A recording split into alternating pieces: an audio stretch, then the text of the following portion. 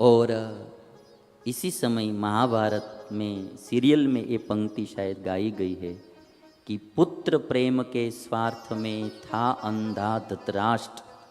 पुत्र प्रेम के स्वार्थ में था अंधा धृतराष्ट्र, दिखा विवशता व्यर्थ ही, दिखा विवशता व्यर्थ ही, किया विभाजित राष्ट्र, किया विभाजित राष्ट्र, राष्ट्र को विभाजित किया है। पुत्र प्रेम के स्वार्थ में था अंधा धृतराष्ट्र, दिखा विवशता व्यर्थ ही, न किया विभाजित राष्ट्र। विवशता व्यर्थ ही दिखाई, विवशता थी नहीं।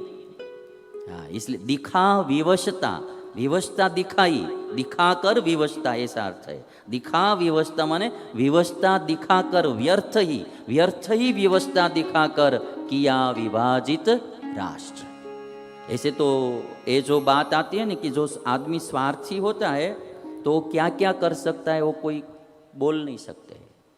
एक तो हस्तिनापुर का विभाजन कर दिया, विभाजन में भी जो खंडहर स्थान था वो पांडवों को दिया, अच्छा स्थान था वो अपने पुत्रों के लिए रखा।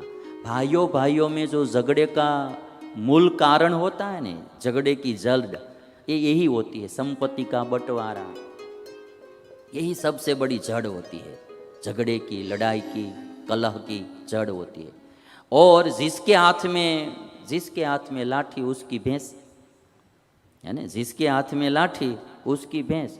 वही न्याय से धृतराष्ट्र के हाथ में सब था तो अच्छा स्थान अपने पुत्रों के लिए रखा और जो खंडहर स्थान था वो पांडवों को दे दिया।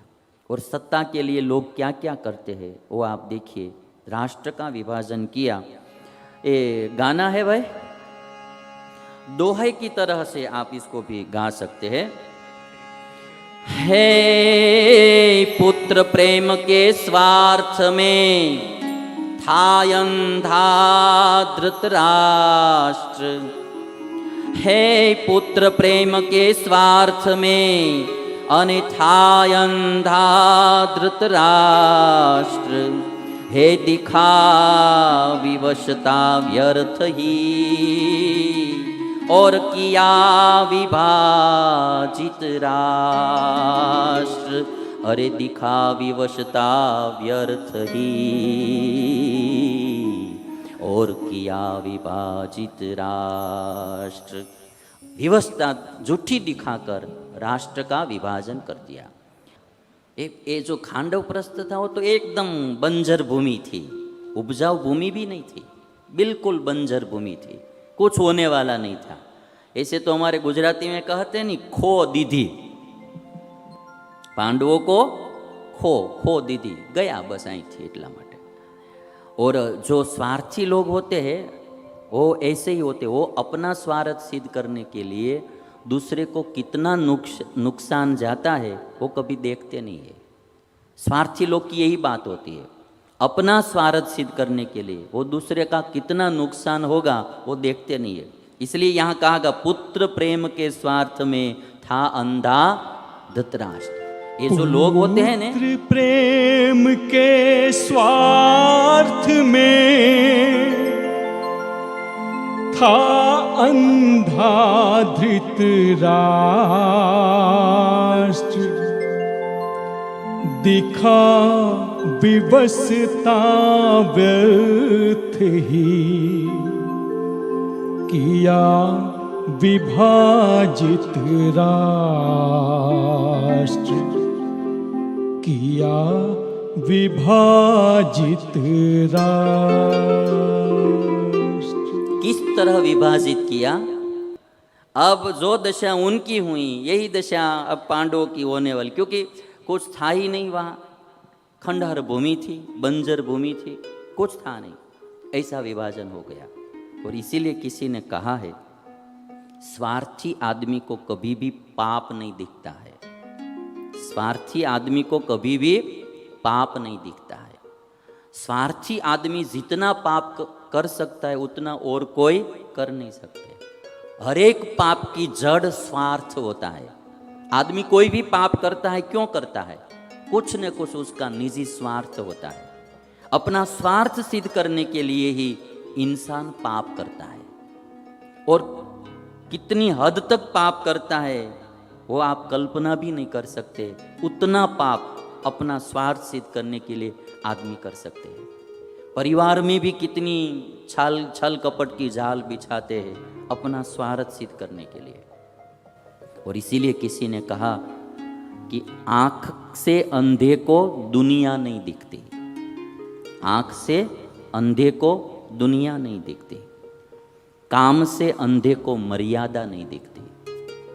जो काम से अंधा होता है, काम के कारण उसको मर्यादा ही नहीं दिखती, वो मर्यादा का कितना भंग कर देता है पता नहीं रहता है।